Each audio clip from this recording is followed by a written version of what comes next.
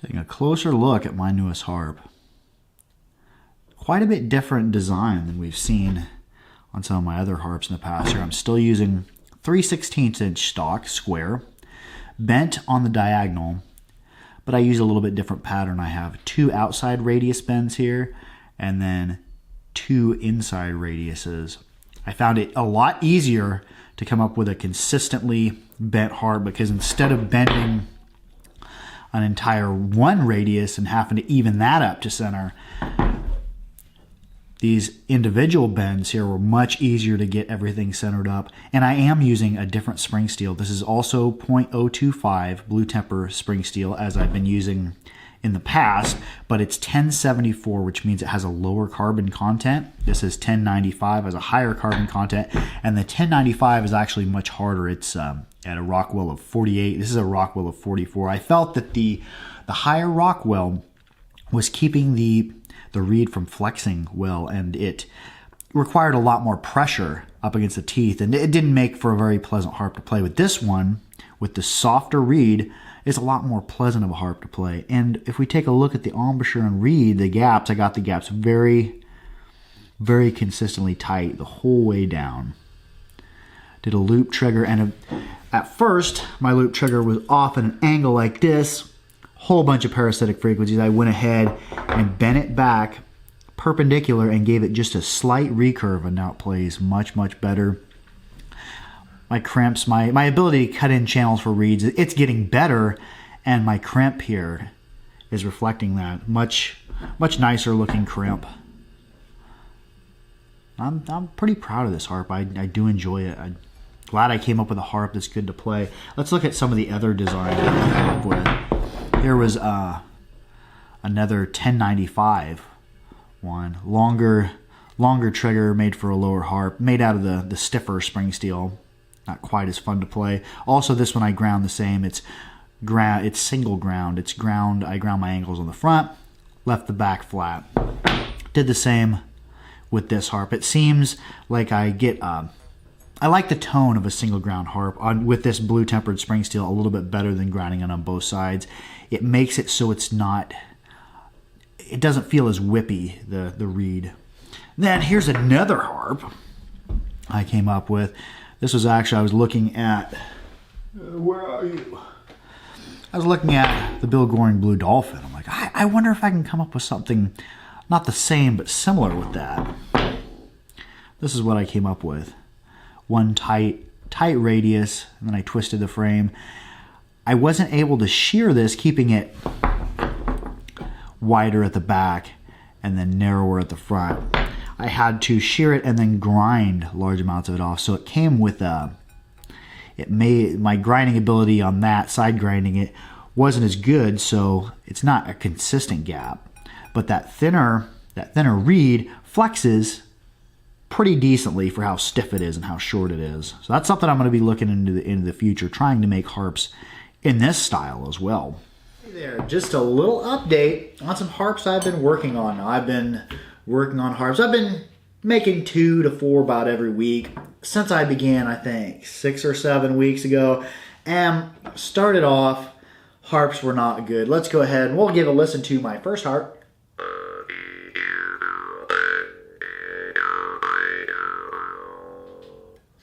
Progressed through those, tried some bandsaw blades, tried some different types of spring steel. And I came up with a few harps that don't play bad. One that I'm especially excited about, one that I completed a couple nights ago.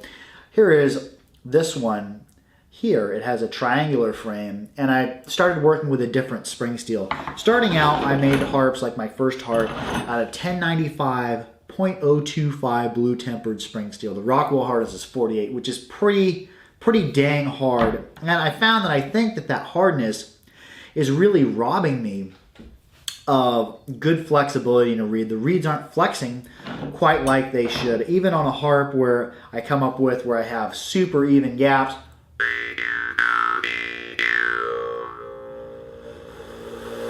there's sort of a fuzziness because the reed just doesn't want to flex as well as it should. So I thought, I'm like, well, maybe I'll draw some inspiration from a Bill Goring Blue Dolphin. I made a harp of this pattern, and I used that 1095 .025 blue tempered spring steel, and I thinned it down, and that did help a little bit with the vibration. It vibrates a little bit better being thinned down, but in grinding it, I didn't grind it quite even. Let's give a listen to that.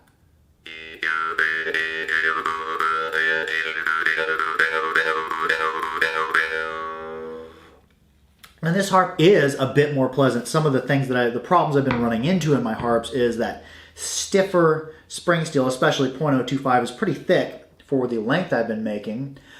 You have to apply a lot of pressure of the harp to your face, and after a while, your hand starts to fatigue, your teeth start to hurt a little bit.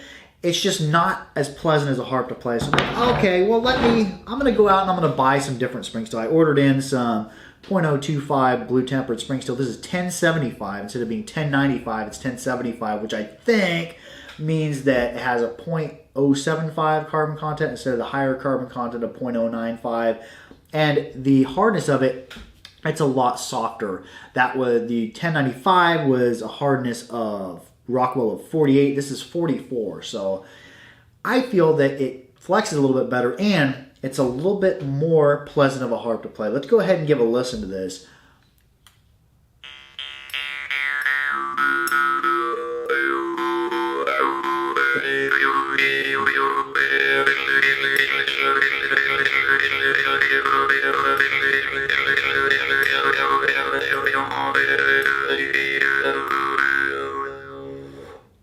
Much better playing inward and outward due to the fact that I've also shortened my triggers up a little bit, and I'm more at a perpendicular. When I originally bent this, the trigger was out here, and I found like it sounds a little bit fuzzy. By bringing my trigger back in, it played a lot better. Another thing I've noticed that this style of frame here with the two outside bends, the two inside bends, instead of bending around, say, one radius, it's much easier to have embouchures and reeds that are more properly aligned. It was way easier to center up worrying about two bends than worrying about one outside radius. When I tweak around on it, it's harder to get it to come out, whereas this was a lot easier. So I'm excited about the direction that things are going with my harp making, because this harp plays pretty decent, and it's a more pleasant harp to play. I ordered in some .020 1075 spring steel, and I'm going to be picking that up next week so that I can start to produce harps that are in this same pattern but shorter. Now I tried to make a shorter harp out of this steel, and it's just too stiff of a reed for that length. Not the flexibility I need. I think as I start making harps shorter, I need to start going with a thinner spring steel. I need to start not thinning that down, but using a thinner spring steel. I've noticed that when I was measuring up other people's harps, like, let's say, two harps of the same pattern but different tunings. We have a Black Fire in low E is using a thicker spring steel than a Black Fire in mid A. When we go down and we start making harps that are much shorter, we need a thinner spring steel so that it can still continue to flex. If we make a longer harp, we want a thicker spring steel. What I found in some of my other harps is that when I made a longer harp, it didn't require as much pressure up against the teeth, but it started getting whippy. So I just don't think that 1095 spring steel for right now is something that I'm going to be able to use. Harps just don't turn out quite like they should. But let's go ahead and we'll give a listen to some of my harps that turned out decently as of late. We have this harp here that's been on a diagonal with the long trigger, and this was 1095.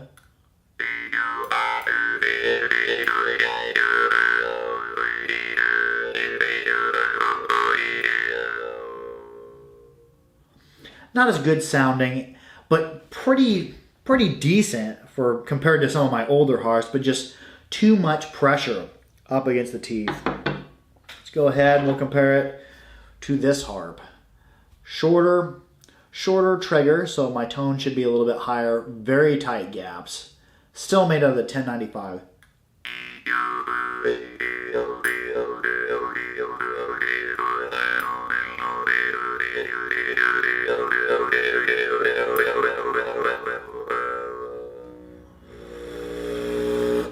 very easy to draw start. I didn't quite get my gaps perfect on this harp, so it will draw start a little bit, and it's easy to keep it going, but it requires a lot of pressure up against the teeth. Let's see if I can draw start it. Gaps are pretty tight. They're just a little bit uneven, and that 1095 spring steel doesn't seem to work as well. It's just too hard of a steel. Let's compare it to my newest good harp, the harp I'm actually excited about.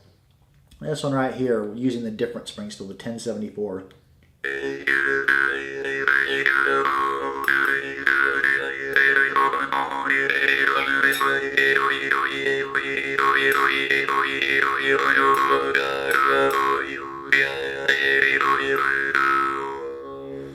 Much more pleasant to play, and it's nice to come out with a harp that's fun to play. Something that I didn't mention is this harp is single ground. I left the harp flat on the back and then ground a single edge on the front face. And for cutting in my channel, I cut my channel in, and then my angle that I grab on my reed is the same as my channel. It makes for a really nice crimp, and I don't mind the sound at all.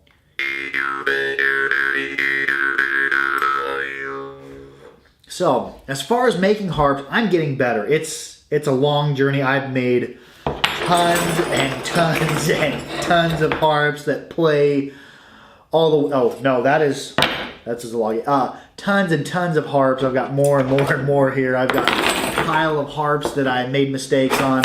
And harp making is just going to be a journey for me. But I'm glad that things are looking up and things are getting better. So I'm starting to figure out a good playing harp isn't just tight gaps. It's not just a good bent trigger. It is a whole myriad of things.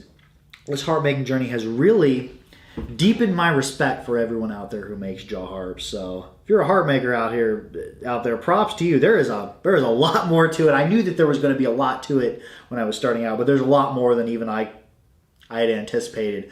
Well, that's going to be it for the State of the Onion address. Like, share, and subscribe for more harpery. Harp out.